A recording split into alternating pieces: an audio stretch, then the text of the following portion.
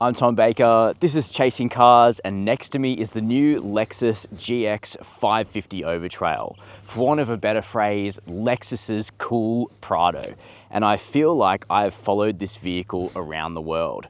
I was very fortunate to be one of the first to take this car off-road. That was in Japan in the height of summer in really tropical surroundings. I got to drive it in Arizona on the car's international launch in incredibly arid desert conditions with some serious off-roading.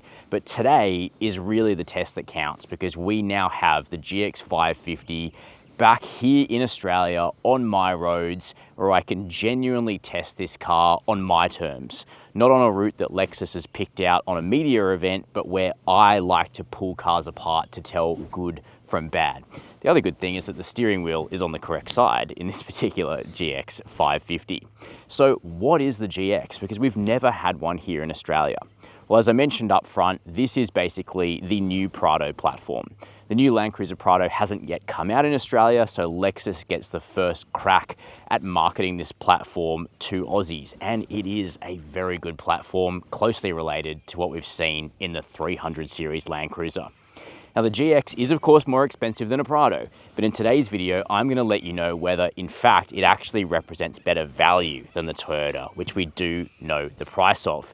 The Lexus has a lot of advantages over that car. It also has some drawbacks when compared with the Prado. I'm going to let you know what those are. As always, we'll start inside. We'll check out what you get for your money when you buy a GX550. We'll check out the back seat, the boot, discuss the running costs, which actually can be quite substantial for this vehicle, and then go for a drive on-road, bit of gravel, bit of off-road, and I'll let you know what this vehicle is truly like and whether you should buy one. But before we get started, hit subscribe down below. Chasing Cars, honest reviews of your next car. Brought to you by Jumping into the cabin of the Lexus GX now. This is a space which is comfortable and well designed, although perhaps not quite as spacious as you might expect when looking at the vehicle from the outside. Now, the dimensions of the GX actually aren't out of control. We'll pop them on screen now, but it's not overly long, and I've been able to park it on my inner city street with relative ease, which is great. Certainly compared to an LX or a 300 series Land Cruiser or a Nissan Patrol, it's noticeably smaller, and that will pay dividends depending on your parking situation. But it does also mean the cabin's not massive because the dimensions combined with the fact this is a traditional proper body-on-frame four-wheel drive, not a car-based SUV, all conspire to make the interior feel smaller than the car is. Now, with that out of the way, what are you actually getting? You are getting a pleasant Lexus grade area to spend your time in when you're doing big distance touring with this car, and I think that's exactly what the GX needs to do. First of all, the cabin is extensively redesigned compared to the forthcoming Land Cruiser Prado, with which this vehicle shares a platform and lots of bits under the skin. Lexus haven't just chucked the L badge on and called it a day. If you look at a side-by-side of the interiors of the cars, you can tell the hard points are shared, but the actual interpretation is remarkably different. And the Lexus, what you're arguably getting, in my view, is a more simple and modern interpretation of this idea, whereas Land Cruiser goes a little bit more retro. So, big square piece here that incorporates a large slate touchscreen, which is nice and bright and crisp, and seamlessly runs wireless Apple CarPlay and Android Auto, although the Lexus-based system's also fine. You've got these permanent physical dials for temperature, although fan speed is done through a tap to the screen, and then you've got a volume dial here. So still some redundant controls, which is good, but you are tapping the screen quite a bit. And then in front of the driver, you've got a separate 12-inch screen, which a lot of people will appreciate is actually inset. So it's not standing proud like in Mercedes or a bunch of other modern vehicles. It actually is right deep into the dash, which helps you avoid glare and stuff like that.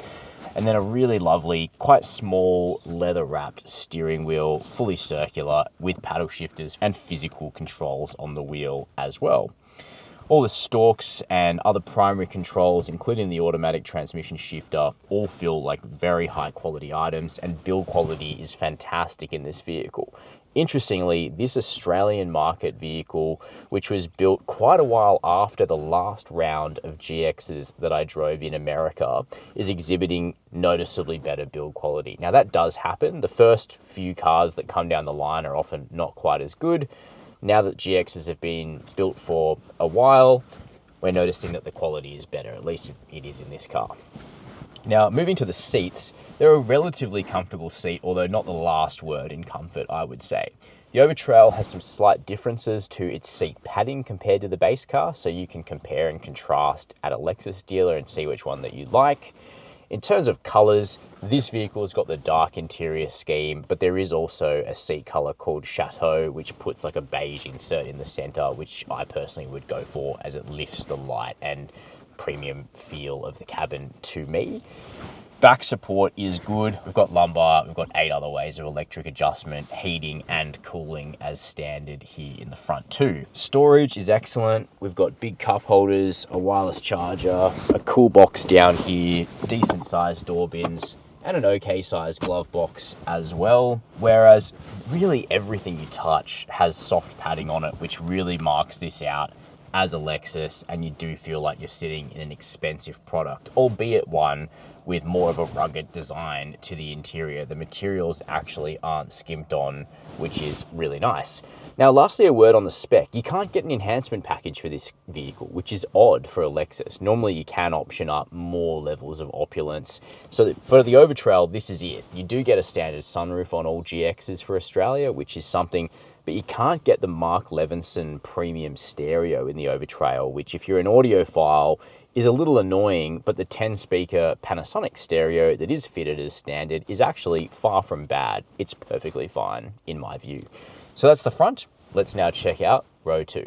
Jumping into the back seat of the GX now, it is fine, although nothing special in terms of rear seat space. Now, I'm in the Overtrail grade, which is strictly a 5-seater.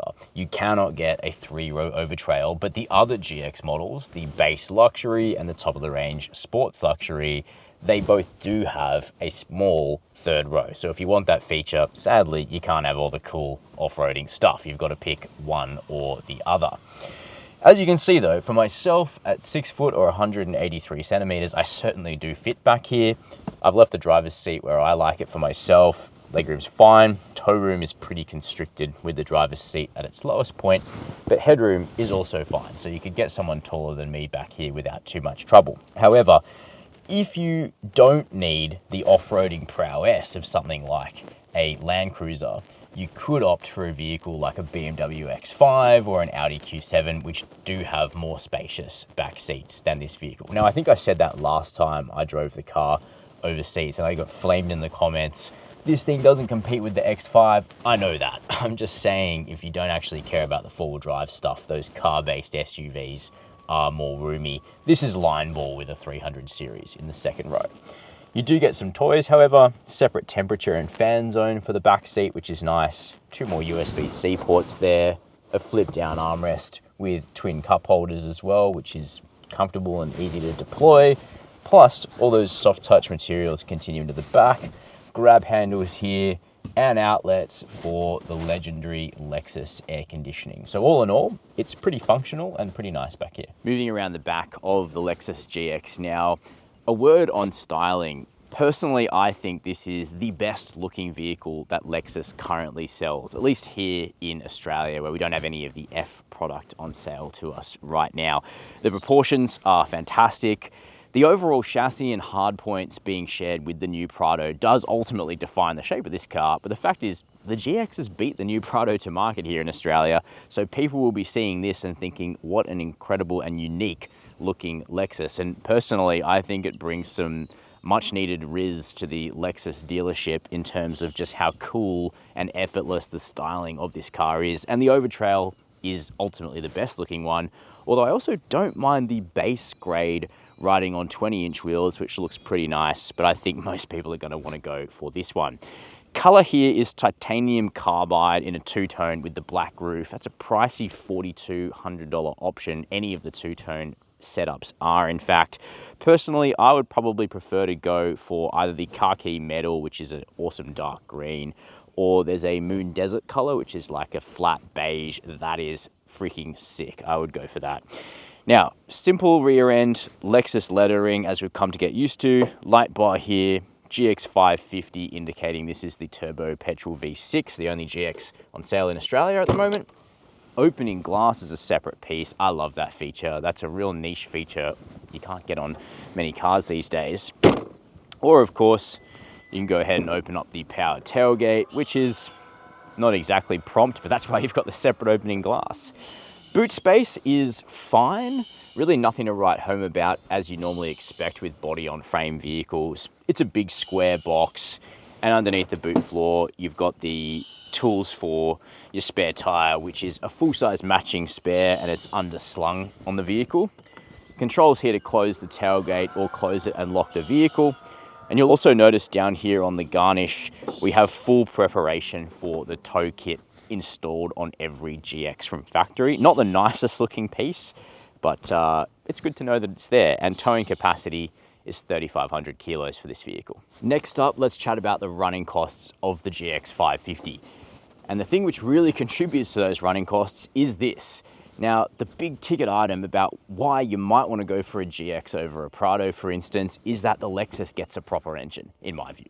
A 3.5 litre twin-turbo petrol V6, making 260 kilowatts of power, but also slurping up quite a lot of fuel in the process. Now, we always knew the GX550 was not going to be a superstar when it came to fuel efficiency, and if you thought it was going to be, I'm sorry to disappoint.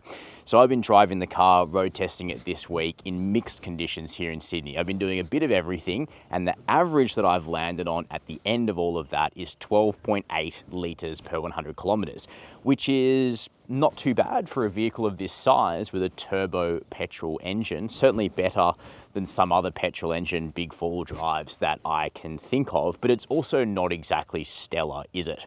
Every fill-up's going to cost you $150 to $200 with this vehicle, and the fuel range is a bit of an issue too. 80-litre fuel tank means with my average, you'd only get 625 kilometres out of a tank with this vehicle.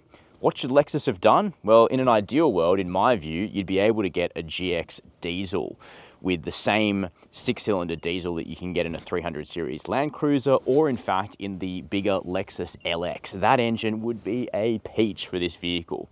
Instead, what's likely to happen is a petrol electric hybrid setup, which is being tested overseas at the moment in the GX. It's pretty likely to come to Australia because Lexus is committed to offering an electrified option on all of its models this decade. So expect to see a GX hybrid in future. Otherwise, Lexus does offer cap price servicing on the GX, but you have to service this thing every 6 months, which is actually a fairly common factor for heavier duty four-wheel drives like this one.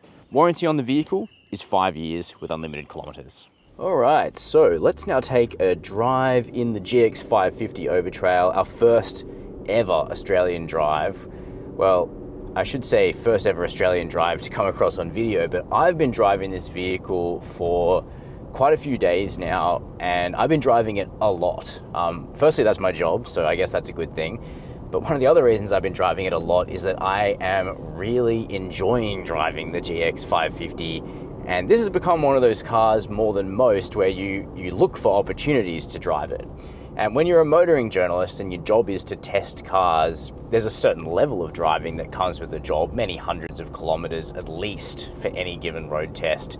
But it's when you're thinking, oh, maybe I do just need to run down and get some milk, so I'll just take the car out again. That's where you know you've found a car which is quite beguiling. And in the case of the GX, I'm a little bit surprised by that. Not so surprising when you're testing a 911 or something like that, but the GX actually has very likable character to it, which I didn't quite expect. But let's come back to that, because that's obviously subjective, and let's start with the objective stuff, in particular what's under the bonnet. And just like the GX that we tested together over in Arizona in US market form, the GX550 is currently the only powertrain for Australia. Now, this is a 3.5 litre twin turbocharged petrol V6 engine. It's a hot V setup with your turbos in between the banks of the cylinders, which is pretty cool. The engine's mounted quite far back actually under the engine bay, which I thought was interesting. Power is 260 kilowatts. Torque is 650 Newton meters, so pretty strong outputs. And what we're dealing with here is effectively a slightly detuned version of the same engine, which is available in the larger flagship Lexus LX600, which is the 300 series Land Cruiser made by Lexus. This is the 250 series Land Cruiser, shared platform with the Prado, but the engine is going to be your biggest mechanical difference between the GX and a Prado. As a reminder, the new Prado hasn't come out yet in Australia, but we already know it is keeping its 2.8 litre single turbo diesel 4-cylinder engine with 150 kilowatts of power and 500 Newton meters of torque, albeit with a mild hybrid system attached. Simply put, the GX550 will absolutely blow the Prado out of the water. And we've done performance testing on this vehicle at our own facility, and we've found that it accelerates from 0 to 100 kilometers per hour in just over 6 seconds, which is very prompt indeed. And it feels every bit as quick as that from behind the wheel of the GX550.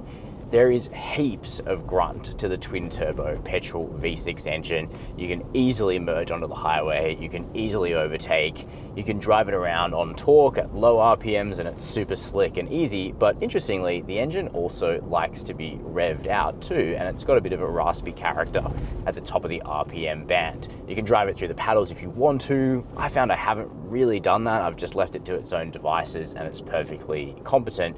The one thing the powertrain and the transmission doesn't love, and this is really the only demerit that I can give that setup, is when you jump onto the throttle and then you have to back off straight away, such as if the person in front of you changes their mind at an intersection, for instance.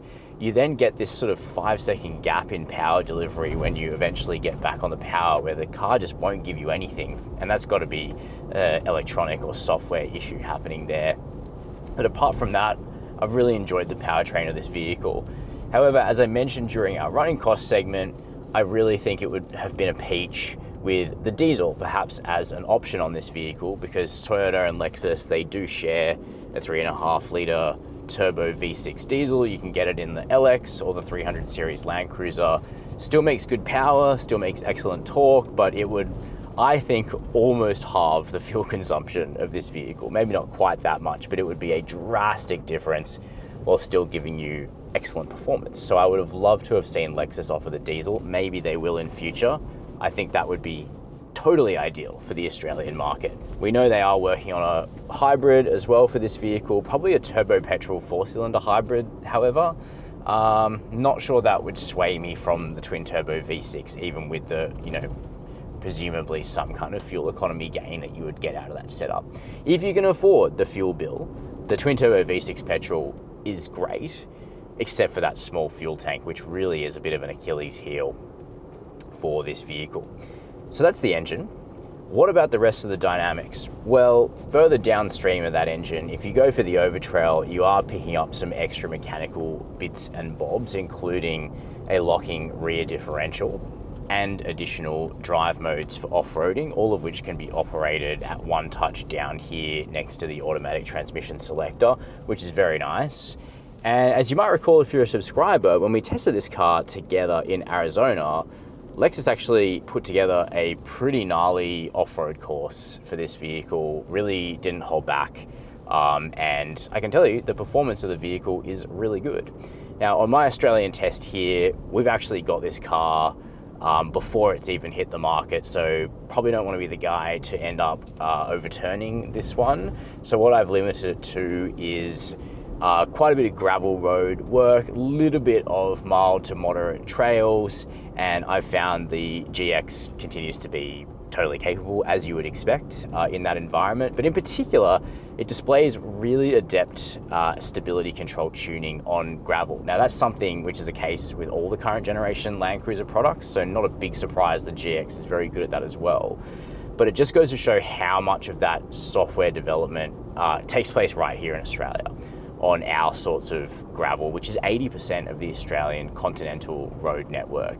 And so the GX benefits from all of that tuning and local know-how as well. Now the Overtrail is quite different to the other GXs. They all look rugged, but the other ones are wearing basically highway terrain tires. The Overtrail has proper knobbly tires on it, 18-inch wheels, all-terrain tires. It looks a business outside, but naturally going to that knobbly tire does slightly reduce the vehicle's competence on tarmac in terms of handling, but not as much as you might expect. And one of my big surprises this week driving the GX locally is how capable this thing actually is on a curving country road like this one. Now, the last 2 times that I met up with this car, in Japan and in Arizona, the problem was there weren't any corners.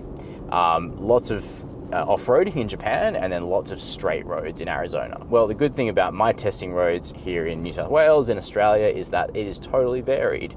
Different tarmac, sometimes gravel, sometimes paved, lots of corners, lots of up and down, and so now I've thoroughly tested the GX on all of that stuff, plus my urban commute.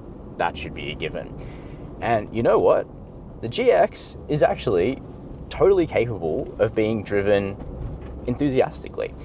It's actually one of the best body-on-frame vehicles I've ever tested in terms of its handling. Now, that's an important condition to place on it, one of the best body-on-frame vehicles that I've tested, because if you were to throw the GX up against something like a Volkswagen Touareg, the Volkswagen would definitely handle better because it's a unibody car-based vehicle. We don't expect that much from Land Cruisers, GXs, LXs in that department. But the GX can actually be punted along just fine. Really like the steering tune on this vehicle. The steering is not the fastest rack, but it is really intuitively calibrated and quite direct actually, which I really like. And the fact the steering wheel itself is quite small psychologically helps, I think. Handling is good once you get used to the body lean. I wouldn't say the body control is bad in the GX, but like other body-on-frame vehicles, it will tip forward and backward when you accelerate and brake. It will tip side to side in the corners. Okay, I finally lost the traffic that I was stuck behind, so we can have a little bit of a punt on this road in the GX. Definitely driving harder now than I typically would in a Land Cruiser of any sort, or one of this vehicle's other rivals. And despite a little bit of protestation from the all-terrain tyres, the chassis just hangs on. And I really think the GAF platform that sits under this car and the LX and the 300 series, new Prado, Tundra, 4Runner, this is a good platform and a big step up from how these vehicles handled a decade ago. It's really nice to drive actually. So you could easily have this as your only car, even if you're the kind of person that actually does like to drive sportily from time to time. The GX will actually hang with you in the corners, which is kind of surprising. I like that. When you're just commuting, it is relaxed. It's quiet in here, apart from a bit of wind noise from those square mirrors. I did notice that. But it is fun to drive and satisfying, and it makes you feel really good from behind the wheel. The view out is fantastic. Love the view forward over the bonnet, and the bulges on the edges of the bonnet perfectly line up with the wheel track of this car. That's a thoughtful move. So that's cool. The mirrors look cool. The glass house is big. You can really see out of this thing, and it makes you feel safe. And you are also sitting higher than like all of the other SUVs on the road, bar just a few. So your visibility is just outstanding in this thing. And apart from the anxiety of like watching the fuel gauge almost decline with every single time you apply the power, because that tank is just too small, you feel really good driving this thing around. I don't know, it's just a really satisfying, well-calibrated, well-executed vehicle with nice control surfaces and pleasant dynamics. The brakes, I would say, probably could use a little bit more work in terms of feel. The pedal travel is pretty long, and then as I mentioned, if you come to a stop a little bit hot, the body will tip forward quite dramatically as you hit zero velocity, which is just something you have to get used to in a vehicle like this. I would also say that the safety systems are decent. It's good to have them. Some of them are excellent, including the 360-degree camera, which is super crisp, super clear. But the lane keeping and the lane centering system, it doesn't actually work that well. It kind of works when you touch the line, the steering wheel starts vibrating and it tries to sort of push you back into the lane. But it's very sensitive, and because the vehicle's quite wide, it wants to intervene a lot of the time. So I ended up just turning that off most of the time. 2 taps through the screen, that gets the job done quite well and quite easily.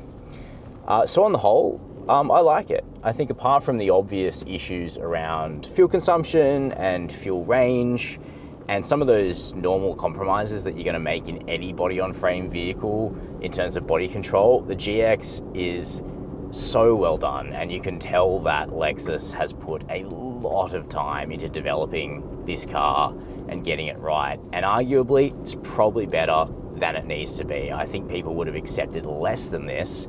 So hats off to the engineers for seriously giving this one a good hard crack, and I can tell that effort has paid real dividends. This is a good vehicle.